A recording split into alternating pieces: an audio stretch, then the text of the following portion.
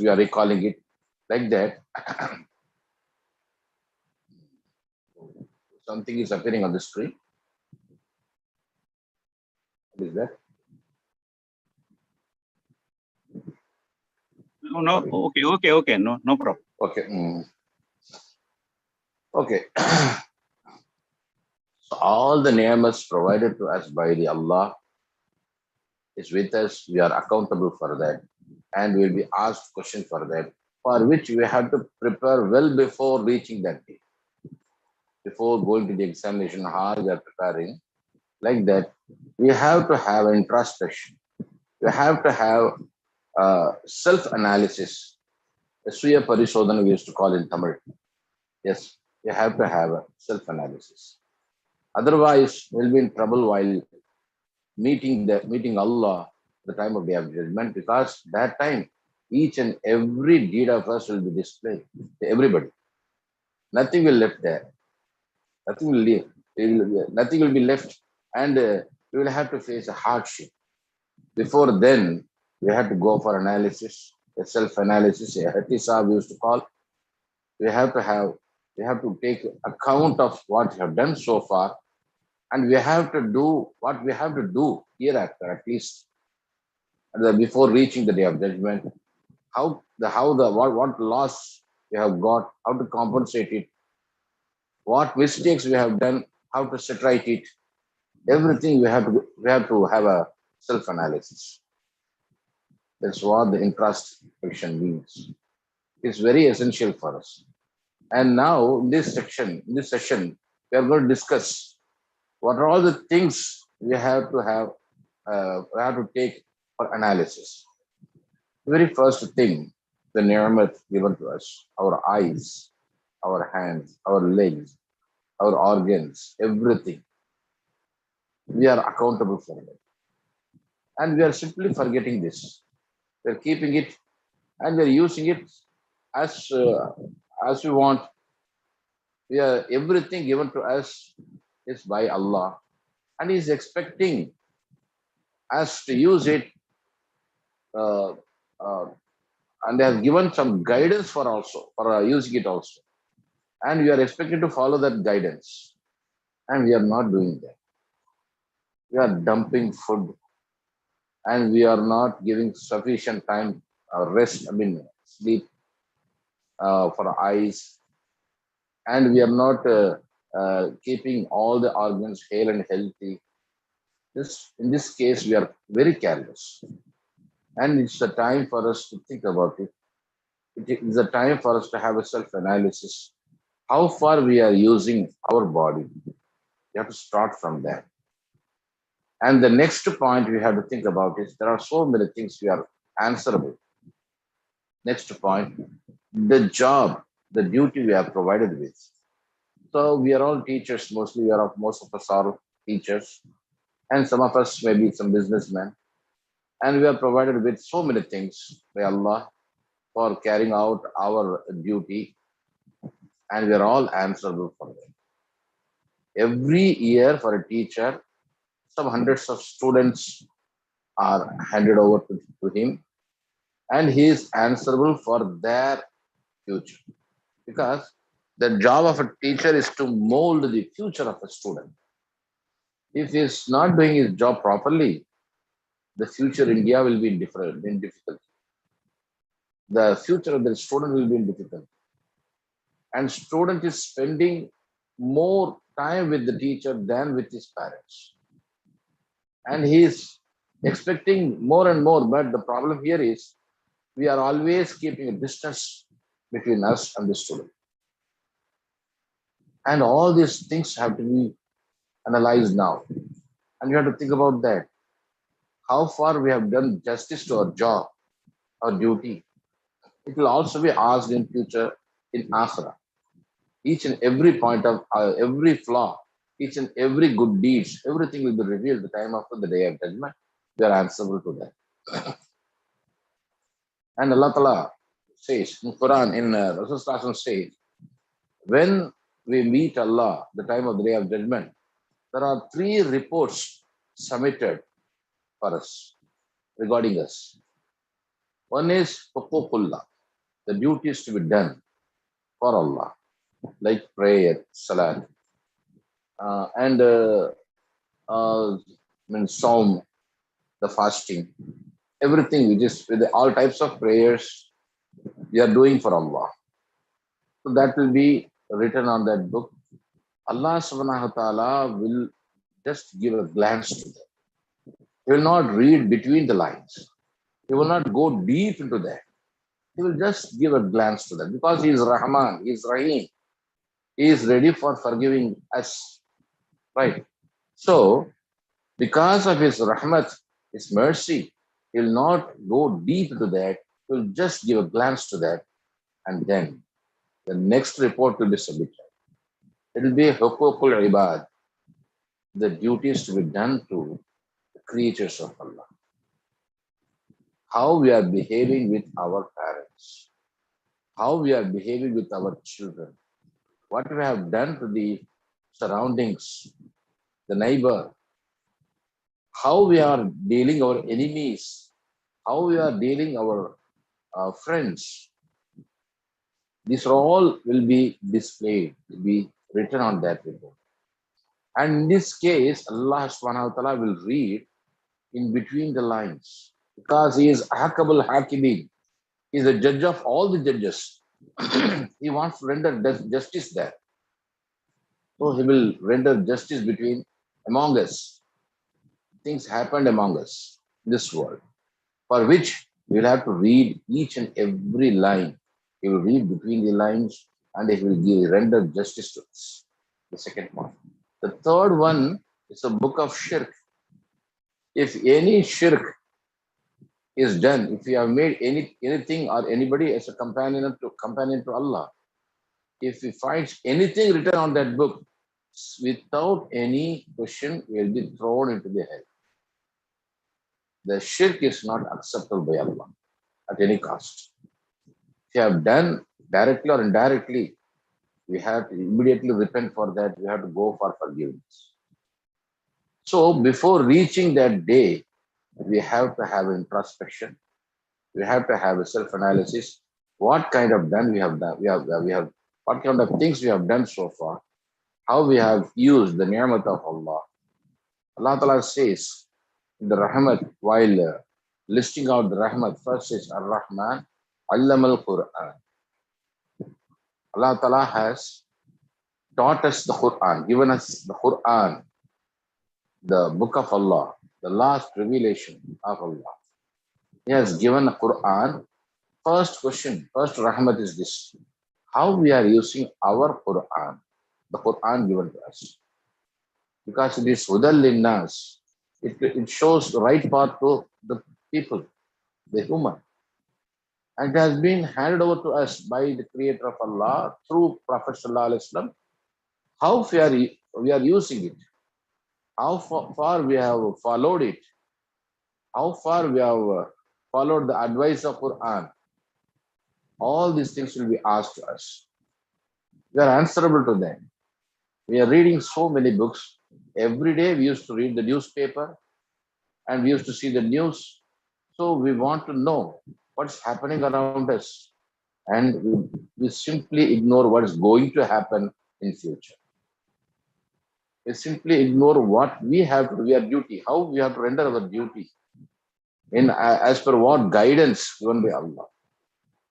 Quran is the guide. Quran will show you the right path to reach the Jannah, to get the satisfaction of Allah.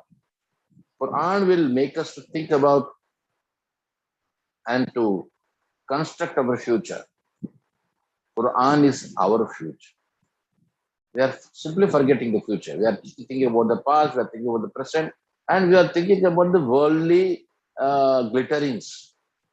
And we are simply forgetting about the akhirah. We are forgetting about our accountability. We are answerable to what we have been provided with this world. That's why we are not giving that sufficient importance to the Quran. It is the first rahmat of Allah. Allah Ta'ala listing out the rahmat in which He is keeping Quran as the first one. Just imagine what we are doing with this Quran, how we are handling it. We are using it just for Fatiha, and we are using it just we are reading it for a barakat in our house, and simply we are forgetting the guidance of Quran. What it is guiding, how it is guiding us, what is the instruction given to us by the Allah, what are the orders given to us Allah, what is allowed, what is prohibited, everything is given through the Quran. It's a great rahmat of Allah, and we are missing it every day, unfortunately. And this will also be asked to us. So if we have to go for a self-analysis, have I done justice to Quran? Am I using it properly? The first analysis we have to keep in our mind. Number one. Number two, am I a real and sincere and obedient slave of Allah or not? Am I following the orders of Allah? Am I following the guidance of Quran in this world? Am I a true slave of Allah? Whether I'm performing the salah 5 times perfectly, whether I'm performing the psalm, the other orders given by Allah, that has to be kept, brought to the what analysis. This also has to be included. And after death, what will follow? Prophet ﷺ said, after death, first the sadaqatul jariyah, that will follow. After death, everything, at the time of death, we have to leave everything in this world itself. What we have earned in this world has to be left here itself. That will go to somebody else. The property, the house we have built, the car we have purchased, everything will be left here itself. And then what will take along with us? The amal salihah first. What are the amal salihah? What are the good deeds we have done here? That will be taken along with us. Number one. Number two. And even after death, something will come and reach us in the time of when we are in barzakh. Barzakh in the sense in the khabar life, the life in the khabar between the akhirah and the worldly life. The things that will reach us will be number one, the sadaqatul jariyah, the permanent sadaqah we have done here. So we have started a school. The school, till the school is serving in this world, the benefit of service will come and reach us. If you have given a good education to some children, our children are the children, till they use their education, the knowledge in this world, that will also come and reach us. That benefit also come and reach us in the qabr itself. The sadaqatul jariyah. Dua waladus salihah. The salih, our children, the salih children means the righteous children we have got. If they ask any dua to us, that will also come and reach us in the qabr.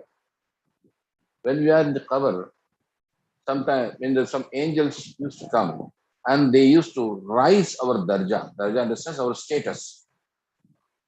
That gentleman asked the angels, what happened to us? What happened to me? Why you are rising my status? Then they used to say, your son or your daughter has asked dua for you. She has done a good deed and asked dua for you, for which your status is being raised up. Say, in the khabar, if you want your status to be raised up, then you have to bring up your children of you have to feed them deen, you have to feed them the knowledge of Islam, you have to make them righteous in this world. Then only they will ask dua for you. Then only they will do good deeds that will be very beneficiary in the time of barzakh, in the khabar. That will increase your status, your darja. And while reaching the day of judgment, you will be in the highest status if you have got a righteous children. And whether we are dealing with our children in a proper way that Islam wants us to do. That has to be taken into account during this self-analysis.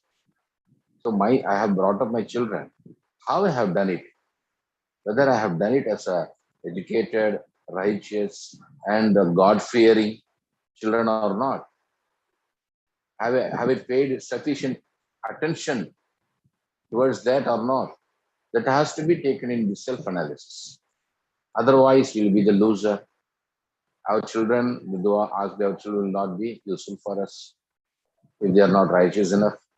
So, in the self-analysis, the point to be taken into account is have to bring our children, we have to bring up our children with righteousness, with the knowledge of Islam, and we have to make them God-fearing. How far we are successful so far? If we are not that much successful, then it becomes our duty to take care of it at least before our death.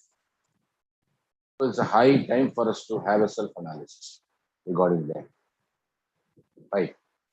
And the ilm and nafia, the useful ilm we have got, that we have transformed or we have transferred to somebody else. If we have provided good ilm, good knowledge to us, to anybody else, then that will be helpful to him. And that will also reach us even after our death, the khabar. If he is using that ilm in the right way, and it is used till it is useful to somebody else, that benefit will also come to us. The profit will also come to us, and in the khabar itself. And these three things we have to keep in mind during this self-analysis. The first one, the ni'mat given to us, the body, the organs, and the priceless, matchless organs given to us. And the second one, huququllah, what we have done to Allah, how far we have obeyed Allah's orders. And the third one, we have to think about the huququl ibad, how we are dealing with others, how we are dealing with our parents, our children, our neighbors, how we are dealing with the creatures of Allah, whether we are spoiling it or we are developing it, because we have been sent to this world as a Khalifa of Allah. With قال ربك للملائكة إني جاعل في الأرض خليفة. Before Malaik, the angels, Allah Ta'ala says, I'm going to create my Khalifa in this world. Then he created Adam alayhi salam. And for showing his ability, for showing the other creatures that the Adam alayhi salam is capable for that job, he has shown the knowledge of Adam alayhi salam. Knowledge is the world, real world. He has not mentioned, I has not highlighted his beauty or its body structure. No. Yes, Allah Ta'ala has highlighted the knowledge of Adam alayhi salam to show his capability in this world to deliver, to deliver the responsibility of Khalifa of Allah. Right? And whether we are using our knowledge in a constructive way in this world or not, how we are dealing with the creatures of Allah, whether we are understanding the responsibility of the Khalifa, that will be asked. So that has to be taken during the self-analysis. If you are doing but doing right, we are using it our knowledge the right way, then okay. If not, at least after this moment, we have to employ our knowledge in a constructive way. And we have to realize our responsibility of Khalifa of Allah. Right? And the third thing, shirk. We have to keep refrained from all sorts of shirk. The shirk done by our eyes, shirk done by our tongue, the shirk done, a small shirk that should not enter into our life.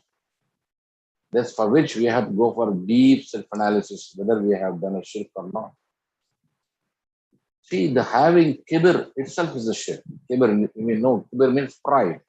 Because pride is the character of Allah only. We cannot become Allah. Allah can say, I have created this world. We cannot say like that. Allah can say, I am the sustainer. We cannot say like that. So we have got so many limits for our survival in this world itself. We are not the creators. So we cannot have pride like Allah Ta'ala has. Pride is a dress of Allah that we cannot wear. Right? So we have to think whether we have done a shirk either openly or directly or indirectly. That is to be taken into analysis. And then you have to think about the benefits we are going to get in the khabar, in the bazaar. Have we brought up our children in a righteous way or not? Have we done any ilm nafia? I mean, the useful knowledge, we have transformed it to the right people or not? And have you done any sadaqatul jariyah, the permanent sadaqah? Have you done permanent charity in this world so that we will get benefit out of it even after death or not? All these things have to be analyzed during this self-analysis. And if you are prepared to go for self-analysis, that is the first step for your success in this world and the success hereafter. Right? Every time what we are doing, well, the mistake we are doing is we are simply forgetting our death, even after seeing the death in each and every house. At the time of death of any close friends or close relatives, we think about the death. After that, after 1 or 2 days, we used to forget it. At any time, we have to meet our destiny. Death is the destiny in this world. After death, we have to meet our Allah and we have to give account for all the things we have been provided with. If we keep this in our mind, every day will be a self-analysis day. And once in the life of Prophet, it happened. Rasul was sitting in the Masjid al-Nabawi and he was talking to his companion. At that time, he says, a fellow will come and do wudu in this house. And a fellow will come first. If you want to see a man of paradise, you can see. He says like that. After some times, a man is entering into the house. The companions were astonished to see him because Rasulullah said he is the man of paradise. He's going to paradise. And one of the companion follows him to know in what speciality he has got to go to paradise. He goes to his house and he asks permission to stay with him and he stays with him for 3 days. Arabian people have got the culture of giving 3 days without asking any question to the guest. And he stayed there as a guest for 3 days and he was watching his character, he was watching his behavior, everything. And nothing was special to him because he was talking like normal Arabians and he is doing prayer as normal companions of Rasul are doing. He is doing prayer, he is doing charity. Everything was normal to him. And after 3 day, third day, that gentleman asked him, what purpose you have come here? And this companion says, Rasul about the happenings in the Masjid al-Nabawi, and I want to know the speciality I have got to go to paradise. And that man says, I don't have any speciality at all. I pray like you. Do all the things I'm doing is like a normal man. But one thing I used to do every night. Every night, I used to have a self-analysis. I used to think about the things happen to me. If anybody do any bad things to me, I used to forget and forgive. The next day morning, I used to wake up without any grudges, without any enmity. So every day is doing a self-analysis for what is happening in the day, every night. And every day for him is a new day because in the night he used to forget all the enmity, all the grudges against him. And the morning he is waking up with every day is a fresh day for him. So Such a type of behavior I have got. He used to say. So this is the difference between a man of Jannah and a normal man like us. So keep in mind that every night is a blessing night for us. That night, and we have to think, we have to have a self-analysis, what we have done in the day, and we have to have a self-analysis, what bad things we have done to others, and what bad things done on us by others. Everything we have to think about, and we have to forgive the bad things done to us, and we have to forget it so that the next day may be a fresh and free day for us. And this character will take us to Jannah because Prophet ﷺ has already predicted it. If you want to go to Jannah, every night you should have a self-analysis. That's very, very essential. And this topic given to me is really it's an amazing, very good topic, and very for a long time I have been thinking about this topic.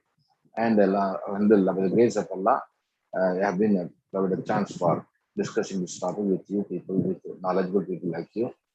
May Allah give us the knowledge, give us the habit of having self-analysis, the habit of having what in Tamil you say Suya Parisodhanam.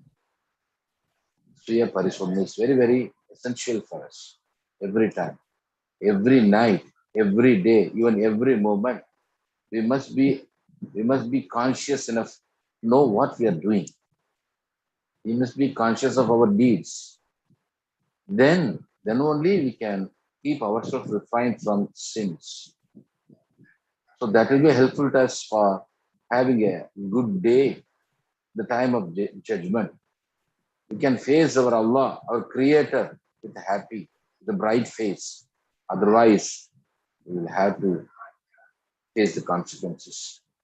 You know what are the consequences in the hell. You know what are the consequences if you get the dissatisfaction of our Creator. So to avoid such a consequences, we have to have a self-analysis in this world itself before reaching the day of death. Right? That is very, very essential. May Allah shower all His blessings on us. May Allah shower all His mercy on us to have a self-analysis, to set right our mistakes, to get forgiveness for our sins, and to have what account and to have awareness of accountability and to face Allah with a bright face and happy face in the day of judgment, in the Akhirah. May Allah shower all His blessings on us. May Allah give Jannatul Firdaus to all the members participating this program, as well as to all the members who are doing good deeds. Alhamdulillah, by the grace of Allah, I am concluding this one. May Allah give us the right path. Assalamu alaikum wa rahmatullahi wa barakatuh. Wa alaikum salam.